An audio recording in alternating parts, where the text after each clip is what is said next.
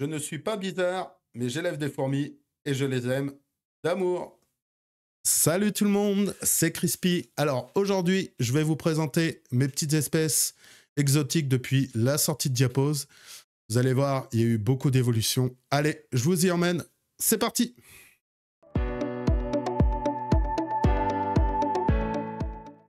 Alors, dans un premier temps, vous remarquerez que je ne vais pas vous parler des Fenchenkoi. Enfin, je vais vous en parler là maintenant, mais vous verrez pas d'image donc de mes Fenchenkoi parce que, comme vous avez pu voir, j'ai réalisé une vidéo il n'y a pas si longtemps sur les problèmes que j'avais eu avec cette espèce. Et vous avez pu voir aussi que normalement tout était réglé. Alors, je vous rassure, c'est le cas. Elle a de plus en plus d'ouvrières. Je vous laisse vraiment la surprise pour une vidéo future de voir Magine avec plein d'ouvrières. Je vous laisse vraiment cette surprise. J'ai pas voulu en parler là parce que ça aurait fait trop coup sur coup au niveau des Fenchenkoi. Il y a eu une évolution, hein, je vous dis pas le contraire, il y a une bonne évolution. Hein, il y a une bonne évolution de nombre. Donc actuellement, elle a encore quelques cocons, elle a des larves, elle n'a pas répondu. J'espère que la ponte se refera très prochainement, mais je vous rassure, au niveau de ma Fenchenkoi, ça va très bien. Et si vous voulez revoir la vidéo, ça sera ici. Voilà, juste au-dessus là. Voilà, sinon on va partir sur les autres espèces. Allez, je vous y emmène. C'est parti pour la première. Alors, pour continuer, on va parler des Camponotus maculatus. Donc c'est actuellement, au niveau des exotiques, ma plus grande colonie. Donc comme vous pouvez le voir, tout va très bien. Elle bouge très bien. Elle commence à envahir donc la deuxième partie du nid. Elle commence bien à le remplir. Donc j'ai ouvert la trappe il y a peu. Il y a très peu de temps, il y a une semaine ou deux, j'ai ouvert la trappe et comme vous pouvez voir, tout se passe bien. Elle commence à vouloir aller dessus et à vouloir les compléter. Alors, elles sont beaucoup au niveau des zones humides. Vraiment, vraiment au niveau des zones humides. Mais sinon, ça commence à bien remplir. Alors, au niveau du couvain, il y en a un peu moins qui en avaient dernièrement. Donc là, on va pas trop bien voir. Donc, vous avez l'agine qui se trouve au milieu là. Mais malheureusement, avec la petite pièce que vous avez juste là, ça fait une dose de sombre. Et si je cache, non, ça arrange pas les choses. Et vous voyez un peu l'agine, elle se met à l'endroit un peu plus sombre et elle est avec son couvain. Donc il y a de la ponte, il y a énormément de cocons, il y a quelques larves, et sinon elle se porte très bien. Donc comme je vous ai dit, c'est l'une de mes colonies les plus importantes au niveau exotique. Comment dire? Alors, par rapport à la dernière vidéo que j'avais faite sur eux, donc au moment de la diapose, j'avais fait une petite vidéo pour voir un peu comment ça allait. J'avais deux majors. Malheureusement, les deux majors sont mortes à la sortie de diapose. À mon avis, c'était deux majors qu'ils ont fait grandir assez vite. Et malheureusement, elles sont mortes assez vite aussi. J'ai eu une belle vague, mais une très belle vague de mortalité chez les maculatus. À mon avis, dû à l'âge. Bien sûr, hein, les plus vieilles ont dû mourir malheureusement ont dû mourir là au début de la sortie de diapose parce qu'elles étaient quand même assez âgées. Donc ça doit être les premières maculatus que j'ai eues au niveau couvain. Donc du coup, enfin au niveau de la colonie, donc du coup, elles sont mortes là au début de la diapose.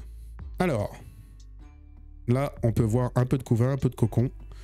Donc des cocons très sombres qui vont pas tarder à éclore. À mon avis, les imagos vont pas tarder à sortir. Et comme vous pouvez voir, tout se passe très bien. Ensuite, il y a eu un petit moment où elles étaient énormément dans l'aire de chasse. Là, ça y est, c'est fini. Il y en a quelques-unes.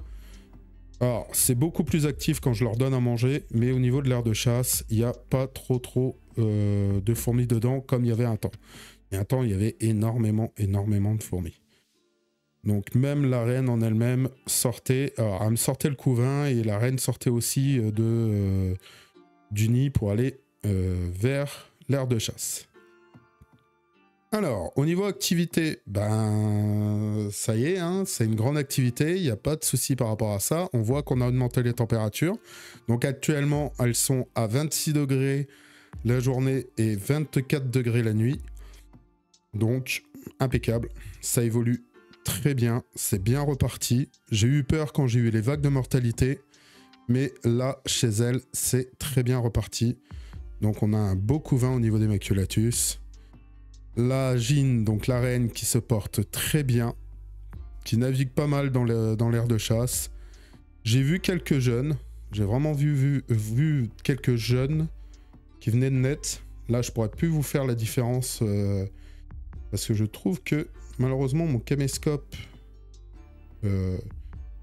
filme, hop, excusez-moi pour la qualité, filme très sombre. Il faudra que je voie peut-être à changer et à mettre de la lumière quand je fais mes vidéos comme ça, mais là, comme vous pouvez voir, ça se passe très bien. Mais vraiment très bien. Voilà pour mes maculatus qui repartent de plus belle. Je pense que cette année, pour cette année, oups, pardon, c'est pas comme ça que je voulais faire. Je pense que pour cette année, donc la deuxième partie du nid sera remplie et que l'année prochaine, je rachèterai une partie de nid comme ça pour soit le mettre par ici, soit le mettre de l'autre côté. Je pense plus par ici. Voilà pour mes maculatus. Je vous fais quelques vues de près et on passe à la prochaine espèce.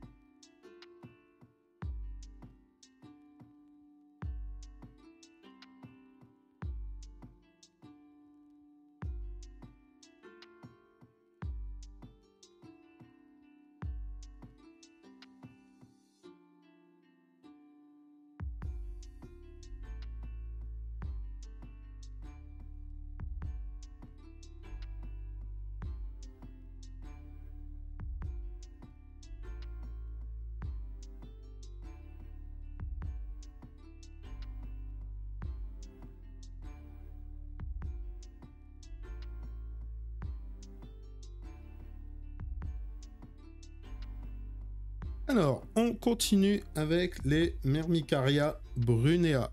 Alors, au niveau du couvain, comme vous pouvez le voir, ça a explosé au niveau du couvain. Donc le couvain se trouve ici. Et ça a explosé, mais vraiment explosé. La Gine pond énormément. Et là, je commence à voir mes premières nymphes, mais vraiment mes premières nymphes. Les larves sont monstrueuses et franchement, c'est une colonie qui est très active. Je n'ai pas encore de nouvelles ouvrières, ça ne devrait pas tarder. Donc d'ici une bonne vingtaine de jours, ça ne devrait arriver. Donc les toutes premières ouvrières chez moi. Donc j'ai pas eu encore une seule ouvrière donnée à mon domicile et ça ne saurait tarder.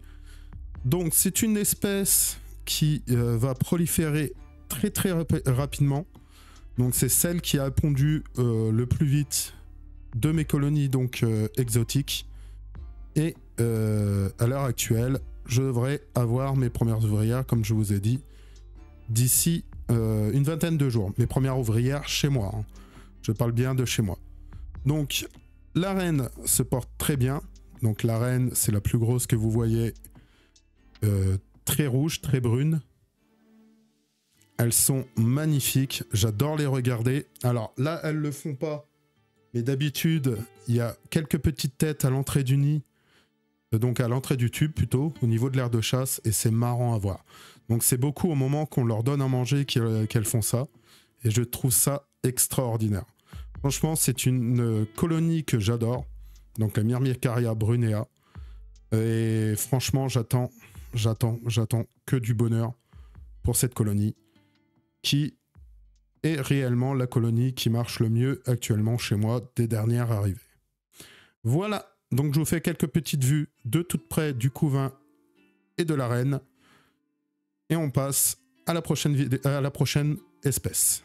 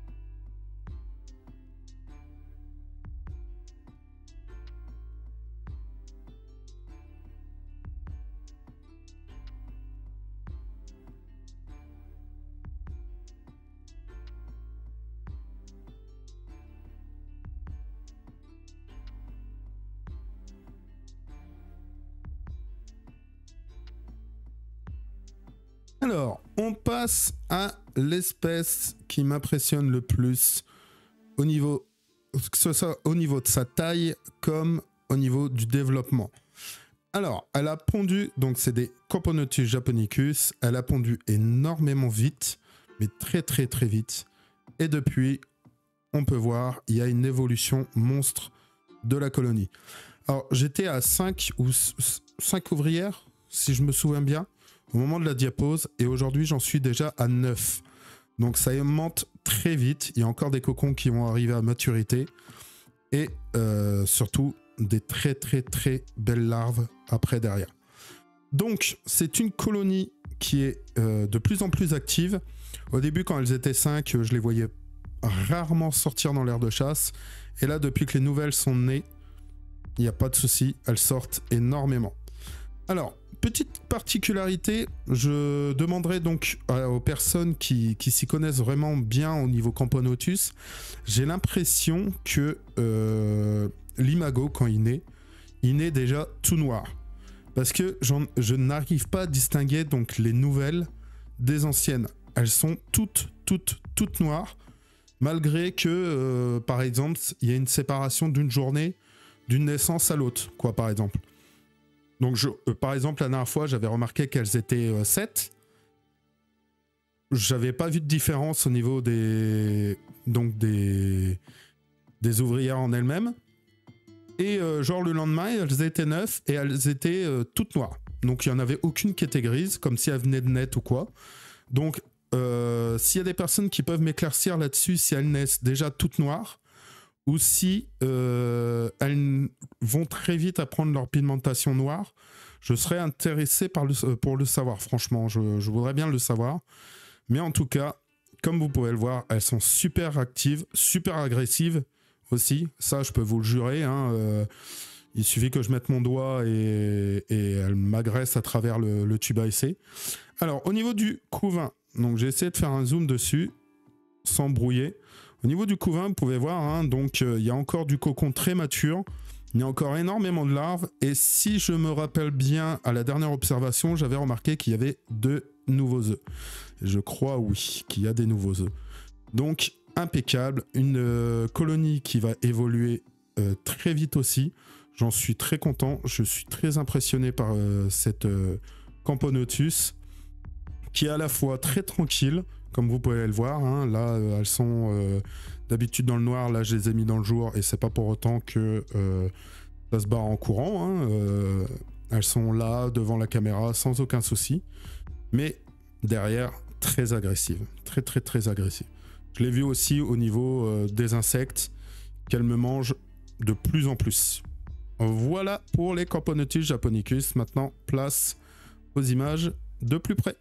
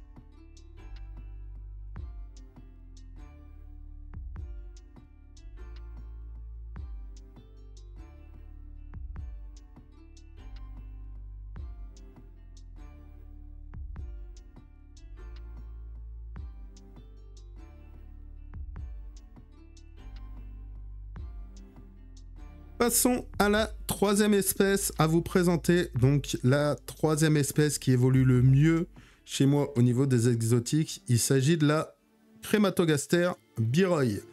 Alors, mes Crématogaster biroy, donc c'est celles qui avaient le plus gros couvain à leur arrivée et qui ont encore actuellement le plus gros couvain de mes exotiques. Voilà. Alors, je vous mettrai une petite vidéo parce que j'ai vu apparaître quelques sexués mâles, malheureusement, qu'ils ont fini mangés par les autres, par les ouvrières, hein, littéralement. Elles me les laissent pas en vie, j'ai pas le temps de les observer en moins d'une journée, elles me les ont tués et elles s'en servent comme nourriture. Donc, alors, j'ai extrêmement du mal à vous les filmer de plus près. Je vais essayer, hop, voilà. Donc, la gine qu'on a toujours du mal à voir parce qu'elle est collée au coton. J'ai beau essayer, j'ai toujours du mal à vous la filmer. Je pense même qu'il y a un petit mâle qui est encore en train de se faire manger là. On essaiera de le prendre au plus vite avant qu'elle le mange. Oui, vous avez un petit mâle, un petit sexué mâle là-bas, qui est malheureusement encore dans les mandibules des ouvrières. Donc il va pas faire long feu non plus, le pauvre. Mais bon, c'est comme ça. Je laisse faire la nature, je laisse faire les colonies comme elles le sentent. Donc j'ai beaucoup de sexués mâles actuellement en naissance. Et j'ai aussi quelques ouvrières aussi, il n'y a pas de souci par rapport à ça. J'ai pas que des mâles, j'ai aussi beaucoup d'ouvrières. Après, au niveau, donc comme je vous disais, de la reine, on a du mal à la voir, elle est toujours plus ou moins collée au coton. Donc c'est la fourmi que vous voyez la plus sombre et la plus grosse là à votre droite. Donc au niveau du coton. Donc elle, on a vraiment du mal à la voir. Là, on la voit un peu. Je vais essayer de zoomer pour que vous la voyez mieux. Non, j'arrive pas. Hein. Voilà, si là, on la voit bien. Ah, ne bouge pas. Un beau focus là. Non, bon, on a du mal. Donc il y a encore un très beau couvain de nombreuses nymphes, de nombreuses larves et une bonne tournée d'œufs qui vient d'être faite il n'y a pas si longtemps là, donc il y a 2-3 jours. Donc une petite colonie qui est en évolution, donc mes Crématogaster biroy. Allez, je vais essayer de vous faire une vue du petit mâle malheureusement qui est en train de se faire maltraiter par les ouvrières et aussi de la reine et du couvain. Voilà, en plus rapproché bien sûr.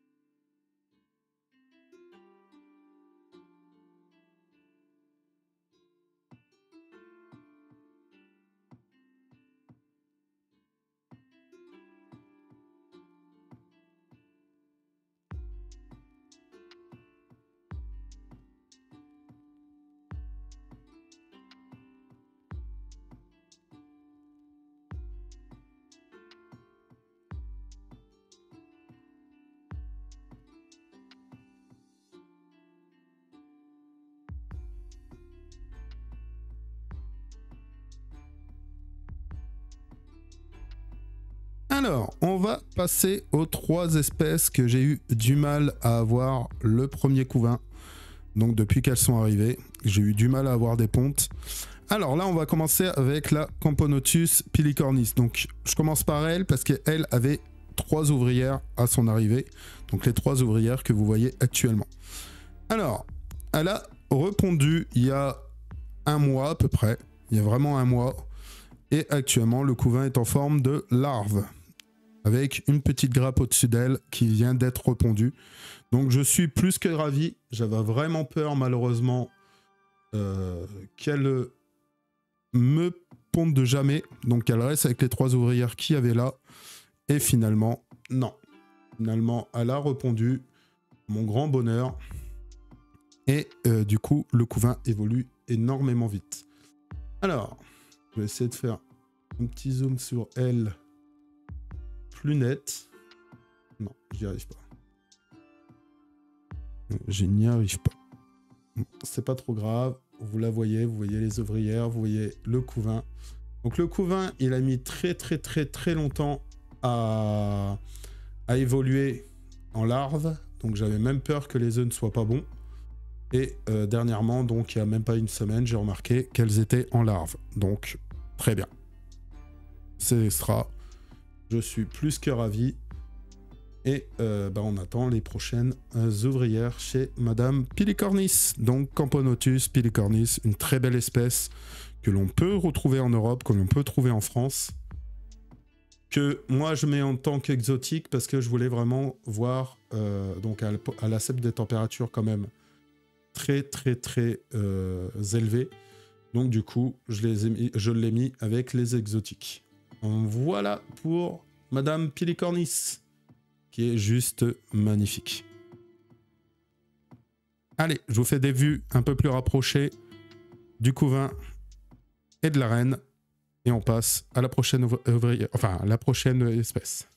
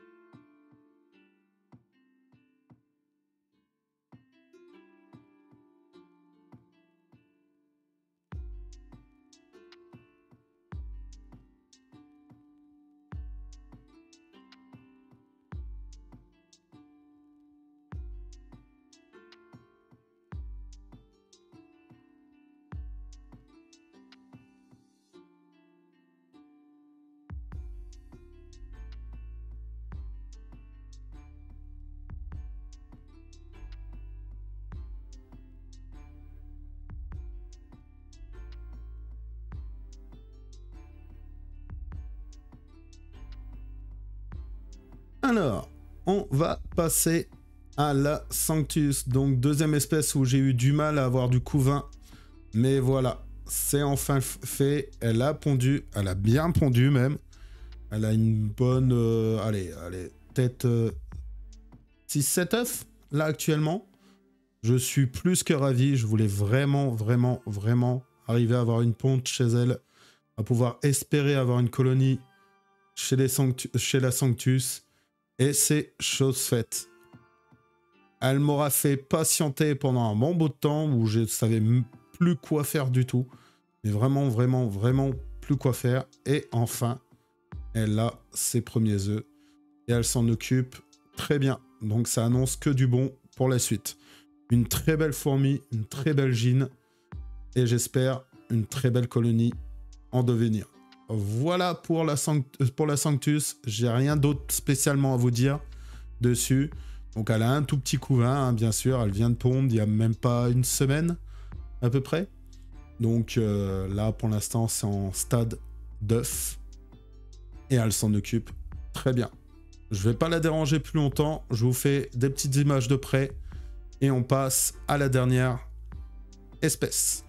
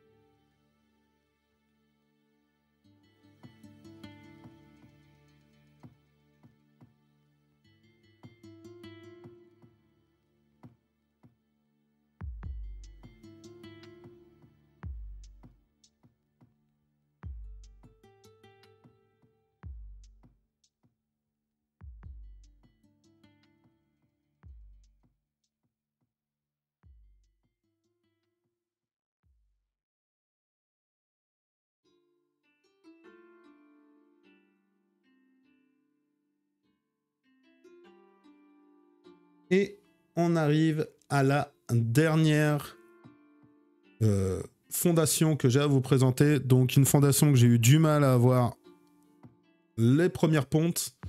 Et elle a enfin pondu. Elle a pondu de cette nuit. Donc je suis plus que ravi. Il s'agit d'une Camponotus Fela. Et j'ai enfin toutes mes colonies qui ont pondu. Donc toutes mes colonies, après sortie de diapose, après sortie de repos, ont enfin pondu. Alors, on aura du mal à voir le couvain. Là, il est juste derrière la reine. Vous le verrez mieux en vue rapprochée. Alors, quoi dire sur elle? Bah, à part qu'elle a mis du temps avant de pondre, qu'elle a qu'un œuf qui est au stade... Enfin, qu'elle a du couvain en stade d'œuf. Donc, un seul œuf. C'est déjà très bien. La Sanctus m'avait fait pareil, elle m'avait fait un seul œuf et je me retrouve avec cet œuf là. Donc c'est très bien. Donc j'attends juste la suite, j'attends juste de voir évoluer cet œuf en larve ainsi qu'au cocon et voir des premières ouvrières arriver et on lui offrira de quoi manger bien précieusement. Voilà pour la Fela. C'est impeccable, je suis plus que ravi. Voilà. On la laisse là-dessus.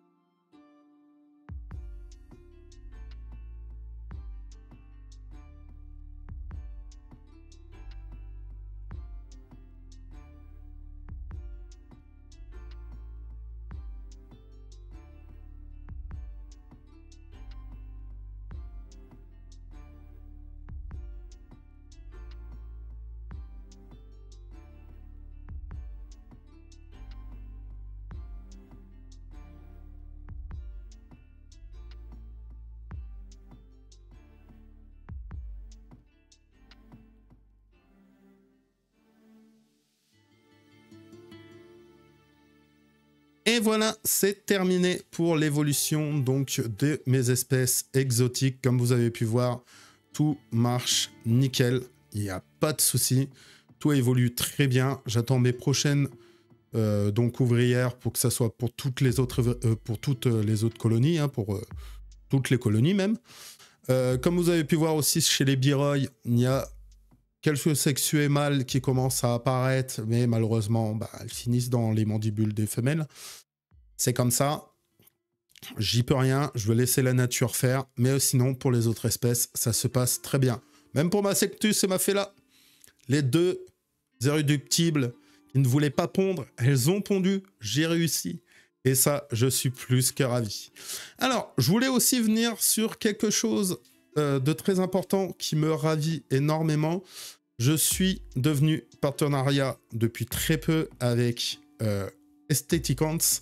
Donc, je vous mettrai en bio un petit code de réduction si vous voulez faire quelques petites commandes.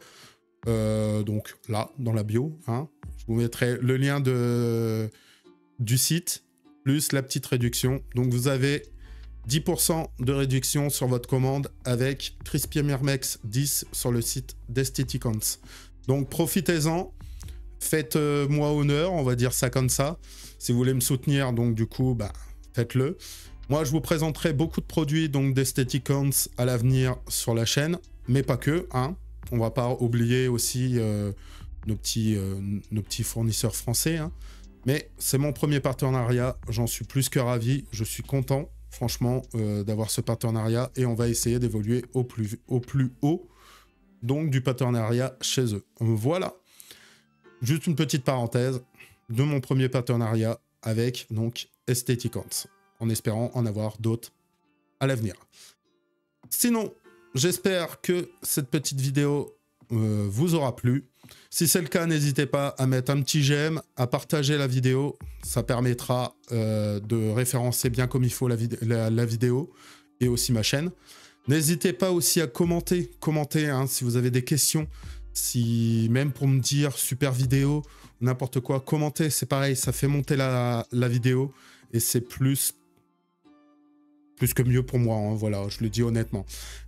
Vous avez vu au début de la vidéo, j'ai quelques petits t-shirts que j'ai trouvés. C'est pareil, je vous mettrai le lien de la boutique qui le fait. J'ai pas de sponsor avec eux, hein, j'ai pas de sponsoring avec eux, mais je les trouve super. Donc là, c'est je ne suis pas bizarre, mais j'élève des fourmis et je les aime d'amour. Mais j'ai des fourmis et je les aime d'amour. Dans une prochaine vidéo, je vous montrerai le deuxième que j'ai acheté. Et ainsi de suite, je vous montrerai ceux que j'achèterai aussi par la suite. Voilà, il me reste plus qu'à vous souhaiter donc un bon dimanche et à vous dire à dimanche prochain à 15 h pour une nouvelle vidéo fourmi comme d'habitude. Allez, ciao!